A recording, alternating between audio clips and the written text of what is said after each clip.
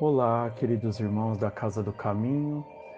Mais uma vez nos encontramos reunidos virtualmente para falarmos um pouco mais sobre temas da doutrina ou da atualidade à luz da doutrina espírita. Que possamos elevar as nossas mentes e as nossas almas a Deus, o Pai Criador da vida, em uma prece de gratidão por mais esta oportunidade.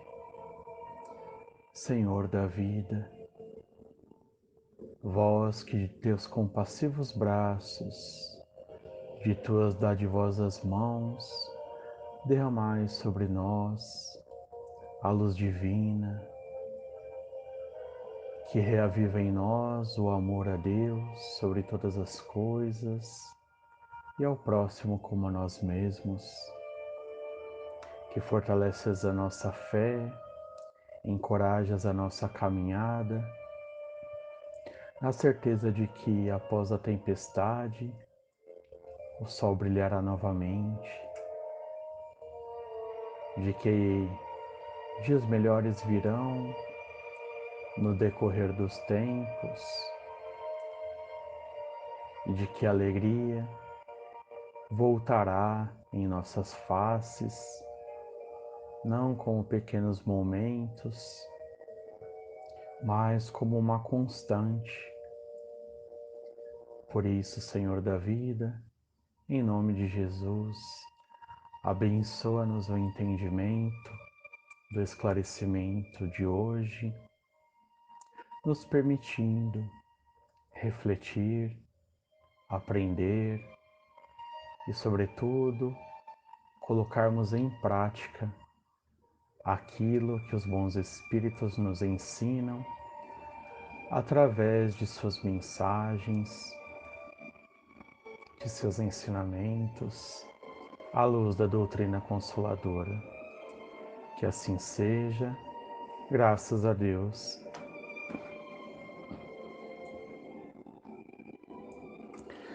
Olá, queridos irmãos da Casa do Caminho. É com muita alegria que recebemos o convite para falarmos no dia de hoje a todos vós. E o tema escolhido consta em um livro chamado Caminhos de Volta, de Francisco Cândido Xavier, e ele tem um título e um entretítulo, digamos assim. Então, o primeiro título diz: Familiares afastados do lar. Conversávamos sobre familiares enfermos. Alguns amigos falavam de parentes custeados por outros em casas assistenciais de repouso e de saúde. Por serem pessoas que a maturidade extrema na vida física tornara menos aptas ao otimismo e à alegria. Fixávamos o assunto nestes casos, não de doentes propriamente considerados, mas de familiares de convivência menos fácil, que são afastados do recinto doméstico em regime de pensões pagas. Quando a nossa reunião foi iniciada, o Evangelho segundo o Espiritismo nos deu para estudo o item 8 do capítulo 14. Depois dos comentários, o nosso caro Emmanuel nos trouxe a página Parentes Enfermos. E aqui, queridos irmãos, inicia-se a mensagem tema de nossa conversa de hoje. Parentes enfermos, Emmanuel. Como tratarei os parentes enfermos? Pergunta muitas vezes repetida e analisada. De nossa parte, responderemos aos amigos que não lhe endereçam, segundo o critério da imortalidade. Ainda mais, esclarecemos que irmãos enfermos não são unicamente aqueles que a radiografia revela ou que a experiência médica registra. Além das moléstias que se manifestam no corpo físico, temos ainda aquelas outras que se entranham na alma, por enquanto arredadas da patologia comum.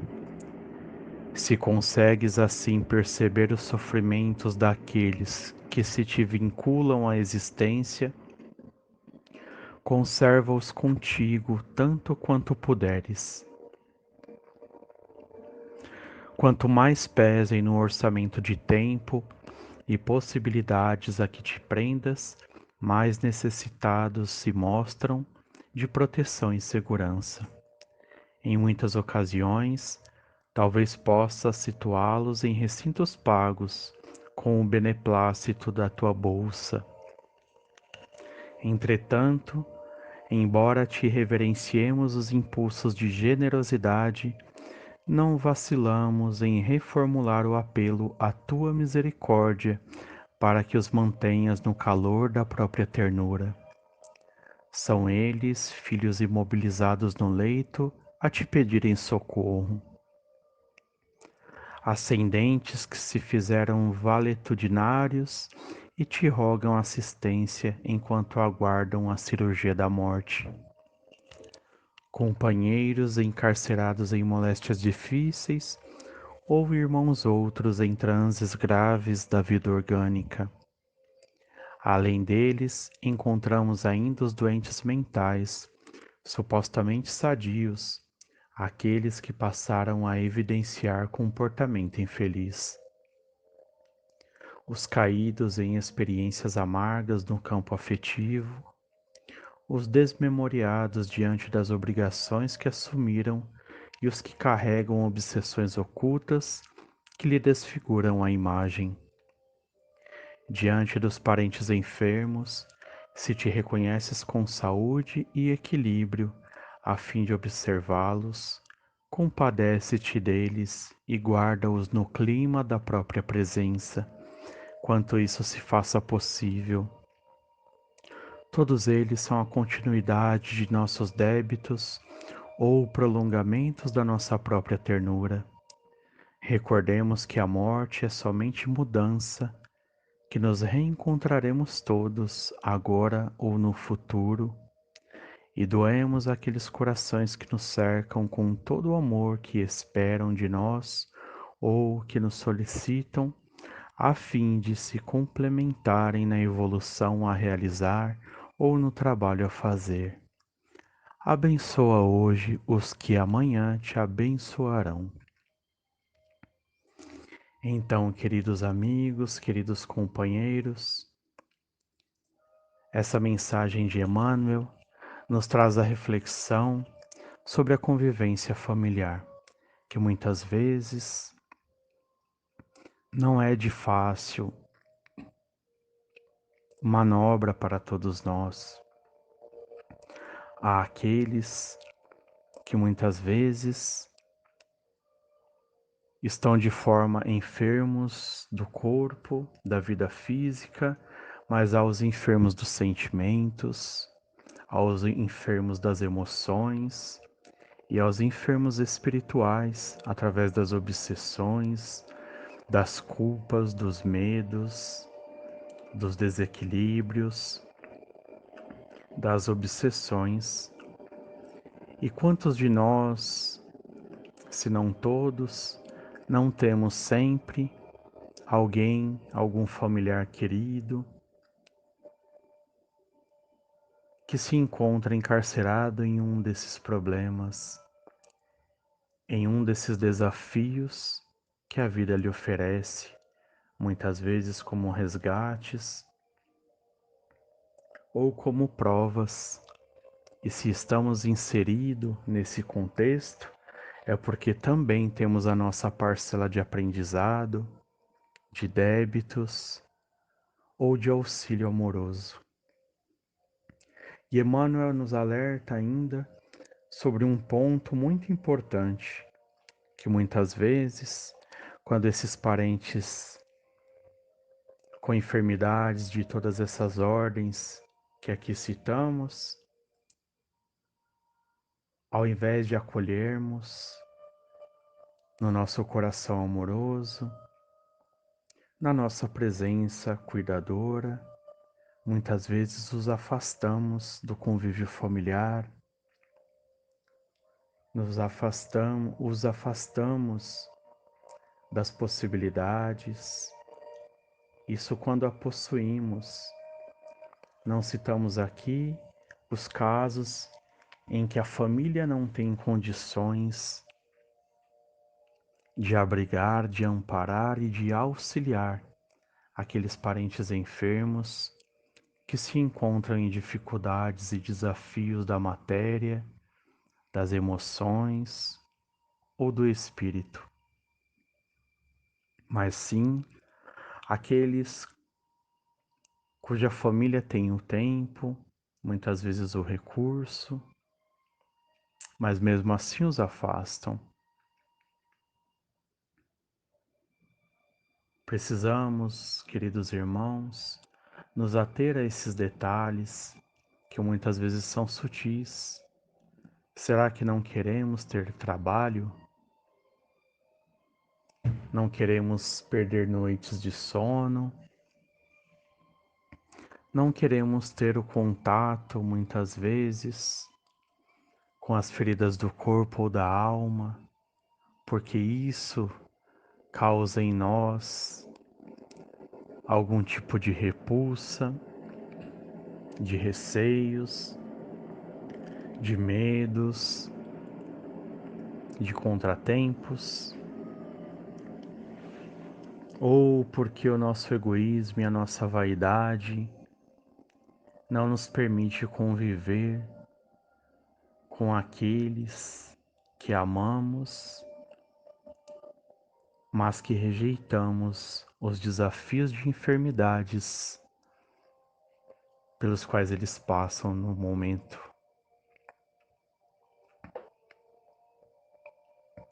Quantos, neste um ano de pandemia, não viram seus familiares queridos retornarem à vida espiritual ou ao recinto doméstico com muito mais necessidades, limitações causados pelas doenças oriundas do Covid-19, as sequelas desta pandemia, desse vírus que afeta os órgãos, os sentidos,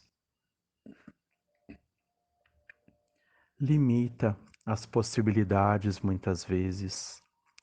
Em alguns, há o benefício de que com o passar de semanas ou meses, tudo se normaliza, o organismo se reequilibra, mas há outros que as sequelas ficaram permanentes até o momento do seu desenlace do corpo físico. E qual terá sido o nosso posicionamento, ou qual será o nosso posicionamento perante estes que passam por estes desafios? Há uma pequena história, queridos irmãos, que eu gostaria de dividir com vocês para a nossa meditação. Conta que certa vez, uma família muito alegre e feliz tinha lá os pais, os filhos, os netos, todos saudáveis, todos alegres e felizes. Mas havia em um canto de determinado cômodo da casa alguém que chorava por dentro, em que mesmo em meio a uma casa agitada e feliz vivia numa solidão constante e permanente. Havia o avô, o pai de um dos pais, de um dos cônjuges, e este era colocado em um determinado canto da casa, isolado, pois já era de idade avançada e os seus sentidos já não funcionavam com o pleno vigor dos anos juvenis, mas envelhecera, tendo limitações que a idade avançada do corpo físico naturalmente nos traz. Então, muitas vezes, o tremor das mãos fazia com que a comida caísse e se espalhasse pela mesa e pelo chão, sujava as suas roupas. Às vezes, no comer, acabava não sabendo mais como conseguir fazer o processo de deglutição corretamente, pelas limitações que naturalmente o corpo envelhecido lhe trazia. Então, os familiares, incomodados em ver tudo aquilo em suas refeições, não queriam que aquela figura, muitas vezes muito atrapalhada, lhes pudesse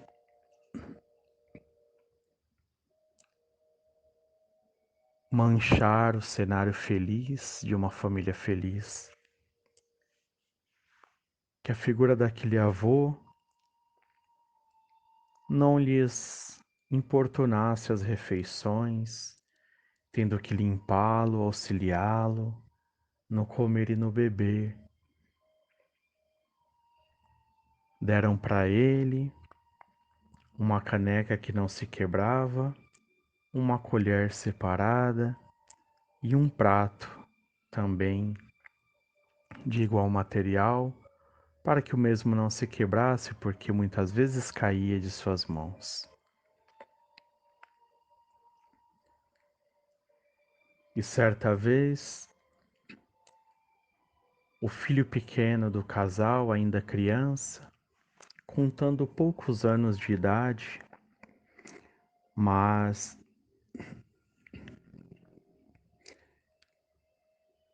já observando com grande esperteza, pergunta aos pais: Papai, mamãe, por que que o vovô não come conosco na mesa? Porque seu avô já está velho, respondeu o pai. E a sua mãe complementa: Porque ele não sabe mais comer sozinho, suja tudo, derruba e acaba atrapalhando. Não conseguimos fazer as nossas refeições porque temos de ajudá-lo a se alimentar. Ah, aquela criança ficou pensativa com as respostas. E certo dia, os pais o encontram no quintal, moldando uma espécie de prato e copo. E os pais ficaram parados olhando aquilo e perguntaram a ele, curiosos: Filho, o que está a fazer com essa massa? Para que esses objetos? E ele levanta a cabeça, olha para os pais e diz: Não, papai, não, mamãe. Eu já estou fazendo o prato e o copo de vocês para quando vocês ficarem velhinhos, eu os colocar no mesmo lugar que o vovô está. Assim vocês já têm o prato e o copo. Que possamos meditar. O que fazemos hoje, muitas vezes o abandono de hoje, pode ser o nosso de amanhã. Que Jesus nos abençoe com um amor desprendido, no sentido de não nos incomodarmos com as limitações daqueles parentes enfermos, ou muitas vezes com o seu comportamento arredio, às vezes agressivo, que saibamos compreender que eles passam um desafio muito maior que o nosso,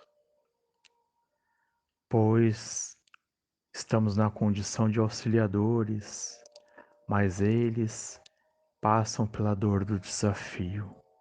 Que sejamos nós os agentes de luz, de amor, de acolhimento e amparo. Que meditemos sobre esta mensagem de hoje, queridos irmãos.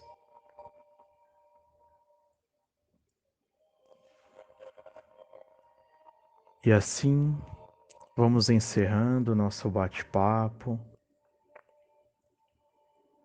mentalizando o grande barracão de Jesus, como diz o Senhor Luís,